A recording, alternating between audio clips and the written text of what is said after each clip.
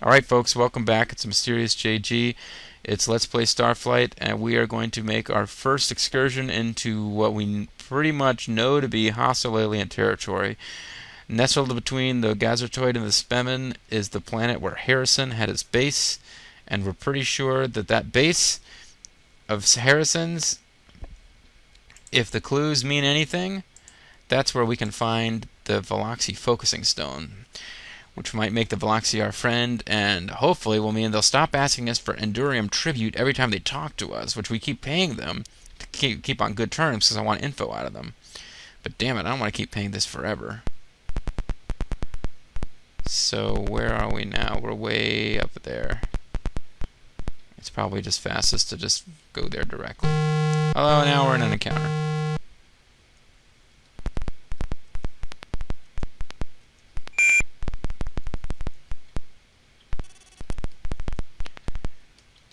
Don't want to give away all of my fuel, but hey, they lowered their shields because they recognize us as the guys who keep coming around and asking questions about their grand lovely.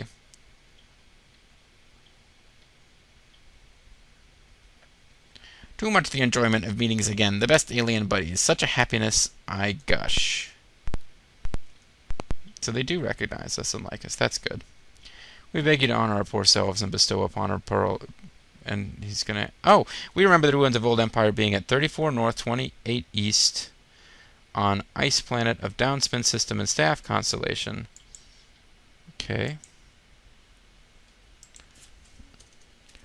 Ice Planet, Downspin, Staff Constellation, 34 North times 28 East. You are coming to worship a illustrious queen of Veloxy Grand Lovely? Yeah, that's what we're here for, to worship your kilometer-long queen freak. Please tell us about the Old Empire. We're here to worship your lovely, but still, tell us about the Old Empire. An old-time empire was having base in Veloxy territory at 28 North, 4 East. So yeah, they are telling us a lot of good stuff here. I guess it was a good idea to pay them off all those times. 28 North times 4 East. First planet, yellow system at 143,115. I guess us is best friend. Perhaps we will eat together the slimy modules of many the most delicious. I sure hope so, buddy. That's like your equivalent of grog from Star Trek. Veloxy is extreme delightful. The old empire was wiped up. Okay, so they've told us pretty much. They're repeating themselves. It's not necessarily the end of what they've got to say. Maybe they'll tell us something useful about the Gazurtoid and the Spemin before we head over there and put ourselves at risk. Maybe we could tell them where we think Harrison's base is, but... Other races, small important. Veloxy are number one importance. Other races not even knowing prophecy of egg. Barbarians, certainly. Well, yes, they're clearly barbarians. And yet, we need to know about the barbarians before we can become grand barbarians subduing generalissimos. Veloxy laughing at other races, not even knowing how to meeting end of life in galaxy like most civilized Veloxy. I'm not sure I know what that means. They don't know how to die like a Veloxy? Spemin race is too much extremely the cowardly stupid, not even tasting good the icky blob. Okay. Eloan plant and Thrin scaly beast is always fight. Thrin scaly beast is attacking many time.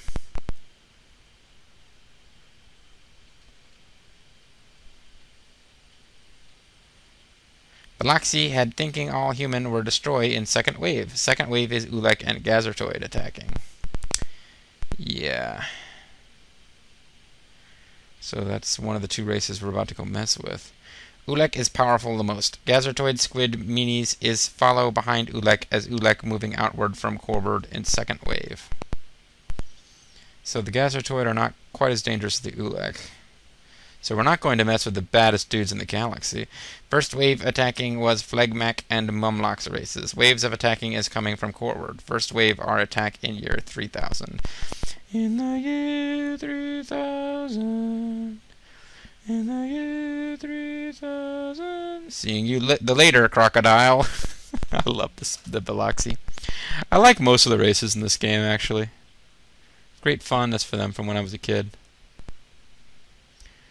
Anyway, we want to go to 8198. Although we've got new, safer leads to check out from the Veloxy, I still 8198. And if we keep moving, whoa! Well, if we keep moving like that, well, what? We saved a certain amount of space this time there. Not much, but if we keep moving, it's might be hard for the aliens to detect us.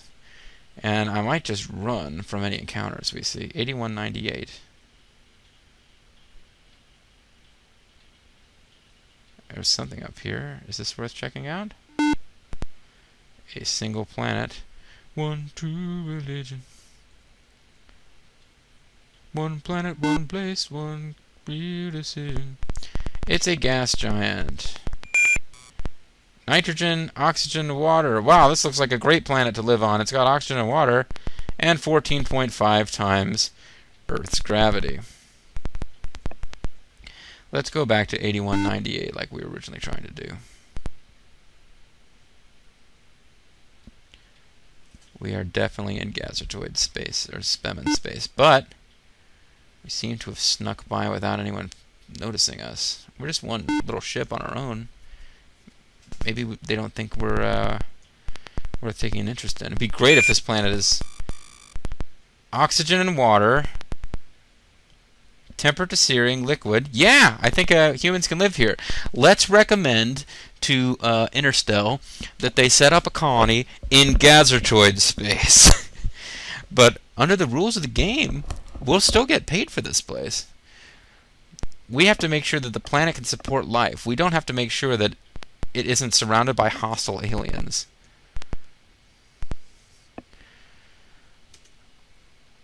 I'm giving away that I remember more about the Gazurtoid than I'm letting on. They did call them squids, the Velox, so we kind of have a hint.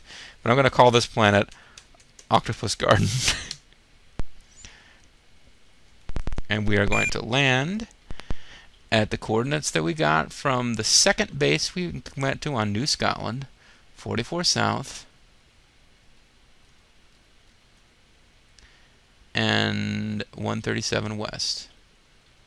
And if we don't find something cool here, I'll be kind of annoyed, because although we got lucky, and we still have to get out of here in one piece at the Grand Line, I do feel like this is the biggest risk we've taken in the game so far. Flying outward instead of forward is going to put us in touch with the species that wiped out our ancestors. But it would appear that there's a base right there. A ruin? Ellipsoid.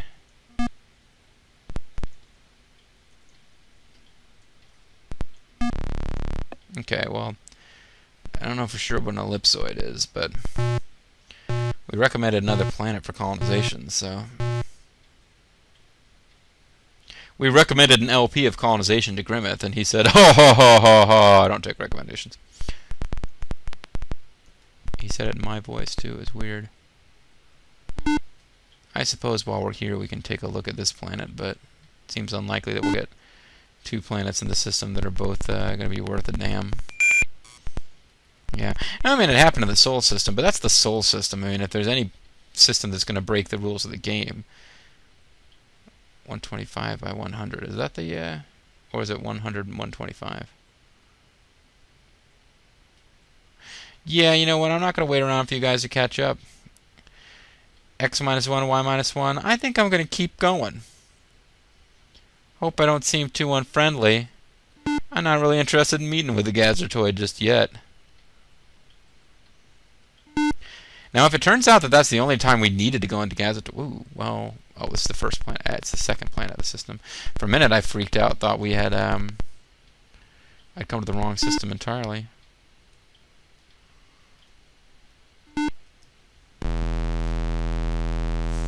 I'm not sure that it's necessary to bring that item to the Veloxy. But, I would imagine they'd appreciate it. If nothing else, it means they'll stop asking for fuel. Hey, Harrison's secret base on Octopus Garden is like optimal planet. So, so, and every time I click this, I get 50,000 views. That's not true. It just plays the most recent evaluation notice. We have just lost another of our ships. This time it was at the coordinates 195, 152. 195, 152 ship lost. Any ships in this area may wish to investigate, but we advise extreme caution.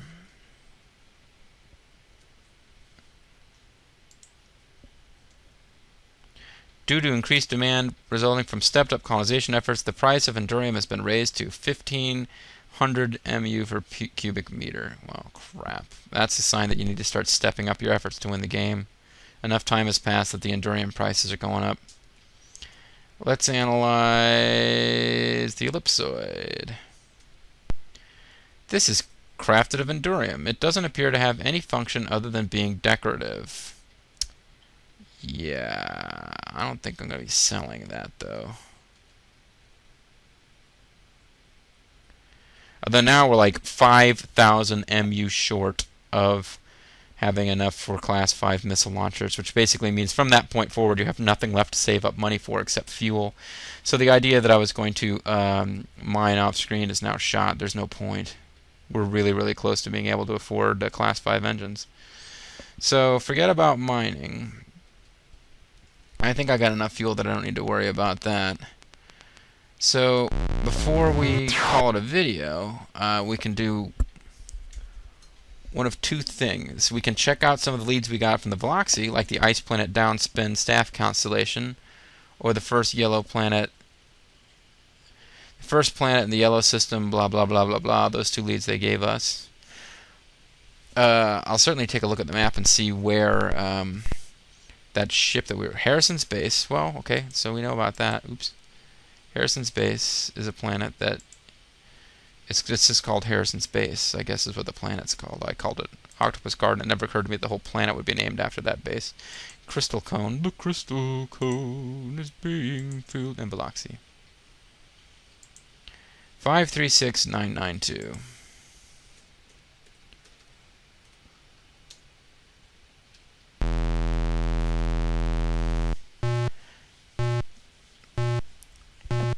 But we'll take a look at those coordinates where a ship was lost and see...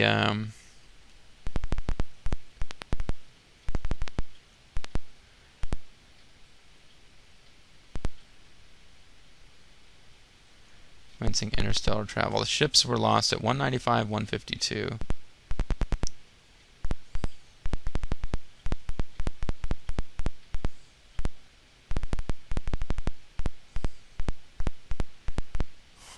I'm not sure what would have destroyed them up there, but now I'm really curious, actually.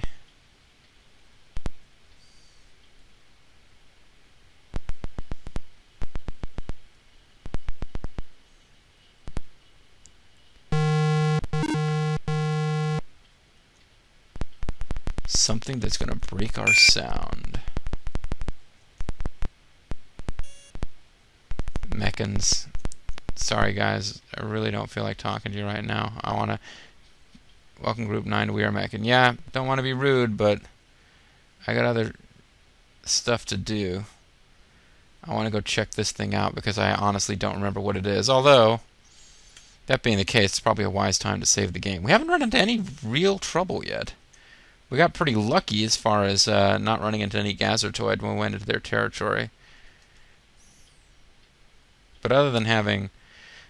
We were as prepared for that as we were going to be, honestly, because we don't have... Missile launchers don't work against them, so we really had everything that we needed to fight them. But I was hoping that there was a way to avoid fighting them if we got more information about them from other species before we encountered them. So what could be at 195, 152?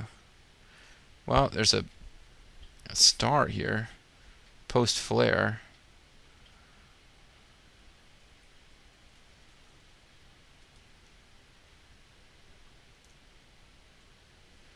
The ship is beginning to vibrate. Orbit established. What? Okay. Scan it. Let's engines malfunction. Engines inoperative.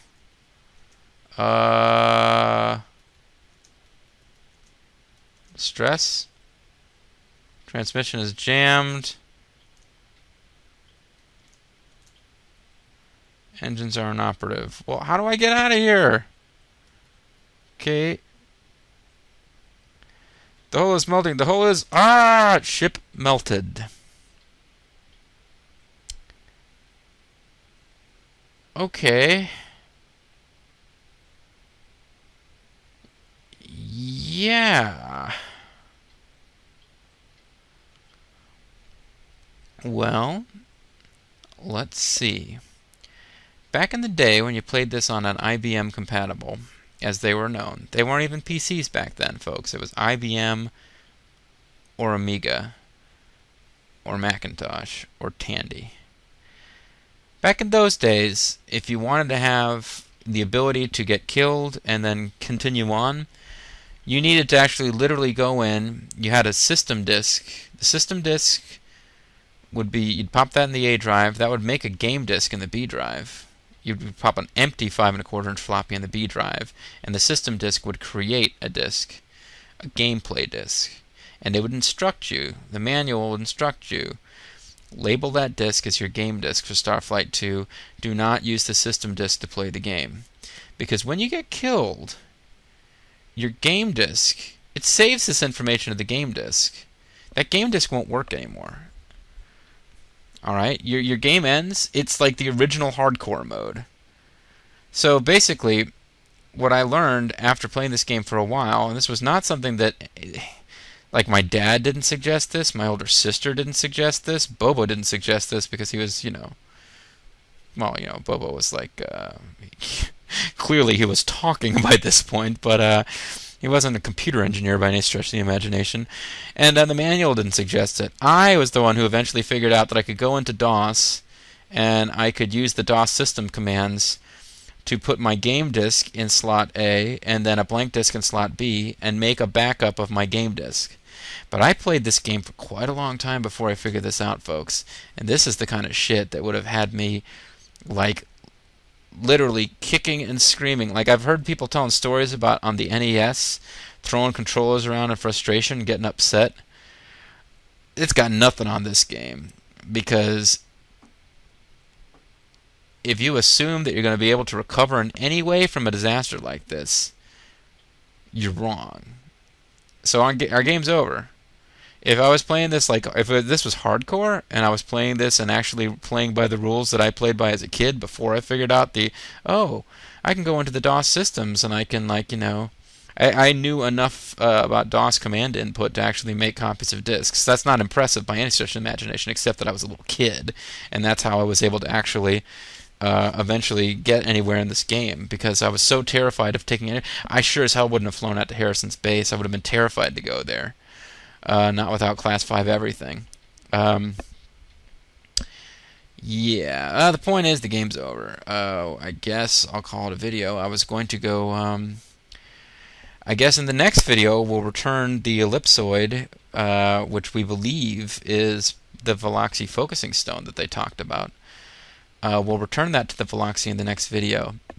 Because in this video we were destroyed by something that I don't quite know what it is. I do know what it is, folks, but I know what it is from having played this game years ago. At this point in the story, if I assume you have no knowledge of the game beyond what you've seen in this LP, we don't know what's going on. You might have some thoughts based on some things we've picked up from the aliens,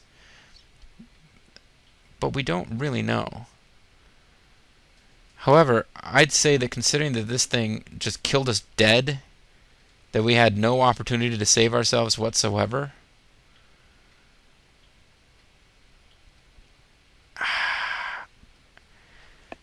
it's dangerous. I don't want to speculate because I know some of the answers, so I don't want to sound like I'm fake speculating.